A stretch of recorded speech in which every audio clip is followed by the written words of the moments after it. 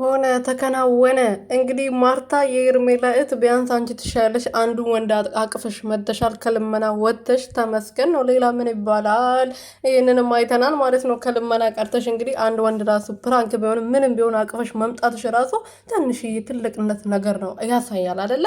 እና ማርታ እንግዲህ የራሴን ህይወት ጀምሬያለሁ፣ ከህይወቴ ውጣልኝ፣ ከአንተ ጋር መሆን አልፈልግም፣ አንተ ከፈለግከው ሰው ጋር መሆን ትችላለህ ብላ ተናግራ ነበር። እና ትላንትና ያው ስልክ ገዝቶ ለሶሊያና ይዞ ሲመጣ ለምንድነው እኔን ጠርተህ እዚህ ጋር ያቆምከኝ ብላ በጣም ተናደበት ስትናገረው ነበረ። አንዱን ቲክቶከር ይዛ መታለች። ዛሬ ደግሞ ቲክቶከር ነው ይሄ ልጅ፣ በደንብ አውቀዋለሁ። እሱ ከሱ ጋር መታለች። እንኳን ደህና መጣሽ፣ ዌልካም ቱ ዱባይ ልንበልሽ ወይስ የት ልበልሽ? ወደ ዩቱበር እንኳን መጣሽ። ሌላ ወንድ ይዘሽ ማለት ነው። ያው ከመጣሽ ቆየሽ እኮ ያረጀሽ ሴትዮ ነሽ። ግን እንደዛም ሆኖ አንድስ ወንድ ይዘሽ መጠሻል። አቤት ደግሞ ያው ምን እንደሚል አብረን እናያለን። ሰላም ሰላም ቤተሰቦች፣ ዛሬ እንዴት ናችሁ? ደህና ናችሁ ወይ? እኔ እግዚአብሔር ይመስገን በጣም ደህና ነኝ። ዛሬ አዲስ ነገር አለ።